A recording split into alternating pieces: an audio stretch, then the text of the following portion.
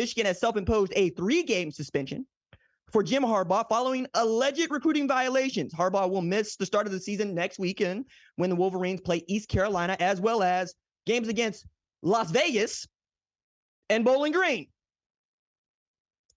Big games there. Michigan also self-imposed a suspension to mitigate what might be some harsher penalties coming from the NCAA's Committee on Infractions. They also said in a statement, the university, that they will let you know who the interim head coach will be when it's time to have an interim head coach. Most people believe that's going to be Sharon Moore or Jesse Minter. That'd be the offensive coordinator, defensive coordinator. But in these situations, it's not uncommon for a position coach to take over the head coaching duties because offense and defense are kind of, lots of brain power activity. And not everybody can do both jobs, even when they do them well. See Jimbo Fisher. Now, Michigan received notice of its 4 level 2 violations and level 1 violation in January. The level 1 violation is considered the most serious by the NCAA. When they give you that, it's kind of the NCAA's form of an indictment saying, hey, this is coming. And then you basically start a negotiation period of this is what they think the penalty should be. This is what you think the penalty should be. So the violations include impermissible contact during the COVID-19 dead period on behalf of a couple of analysts and or Jim Harbaugh for an on-the-field instruction, things of that sort. But the NCAA also found that Harbaugh himself failed to cooperate with investigators related to the level 2 violation regarding his contact with 2 prospects during that COVID-19 dead period. And that means that he allegedly misled NCAA investigators. Now, the way that I look at all of this, I have to tell you that I'm from Oklahoma, okay? In Oklahoma, we put it like this. It's a lot like getting caught fudging the numbers for the revenue man, okay? Usually, the revenue man finds out he's been cheated, and he shows back up to you still with an axe, looking to make firewood. So you can either pay him what he thinks you owe, or you can make like John Lee Pettimore and show him what Copperhead Road is really about. I'm kind of tickled by this. I really am, because this also went to the kind of the Twitters when we saw the Committee on Infraction raise its eyebrows at some of the things that were being said about it, allegedly by Michigan and Jim Harbaugh. But I mean, goodness me, they're talking about a 4-game suspension, which we all thought back in July was going to be the thing.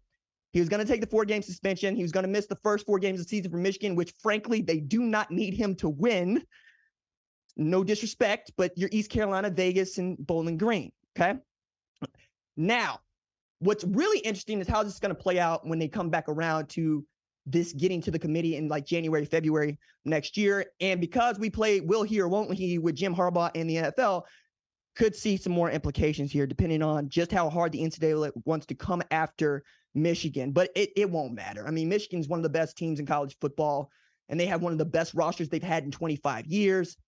I sincerely expect this to be a story for all of the first game when it's time to call a timeout and somebody gets the timeout right or gets the timeout wrong. But outside of that, Michigan ought to win these games by 40. So let's go from one Big Ten story to another Big Ten story. This one I find a little bit more intriguing. Ohio State's Kyle McCord and Devin Brown are still in competition for the starting quarterback job at the SHU.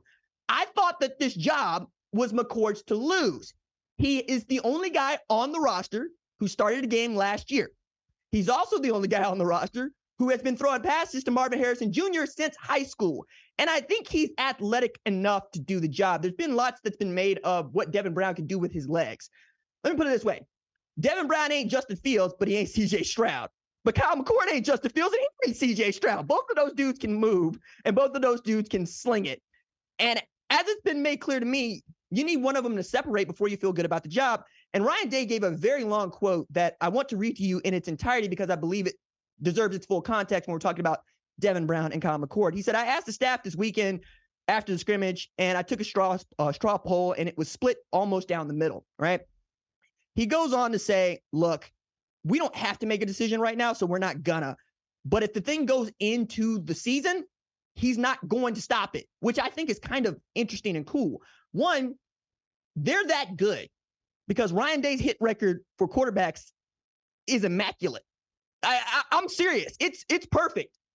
Dwayne Haskins, first-round draft pick. Justin Fields, first-round draft pick. C.J. Stroud, first-round draft pick. If you started games at Ohio State for Ryan Day, you're pretty damn good NFL draft prospect quarterback. So if he says it's got to go into the season, it's got to go into the season. But I'll put another one by you. You know who else had a quarterback derby go into the season and worked out just fine for them? Michigan. J.J. McCarthy, K. McNamara went into the season. J.J. wins the job. All they do is go 13-0 into the college football playoff. I think it's fine, right? Now, they got some things to work out elsewhere, notably the defense, right? We know about that, but also at offensive line, particularly at the tackle positions, because Donovan Jackson is probably going to be one of the better offensive linemen in the Big Ten, even what Michigan has. But, Donovan Jackson is a guard. We'll see how this goes. I'm fascinated to see how it does progress, because it's not as if we're going to learn a whole lot from Ohio State versus Indiana. At least I don't think we will. But if you see both of them, you shouldn't be surprised to see both of them at this point.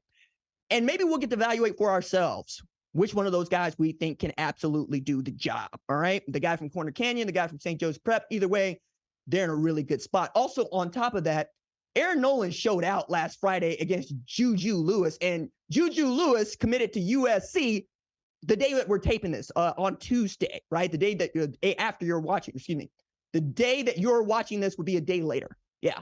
So they also are pretty good at quarterbacks coming into the room is what I'm saying there. Thank you for watching the #1 college football show. Please remember to subscribe to the channel and like this video so that you don't miss any of the best college football coverage in America.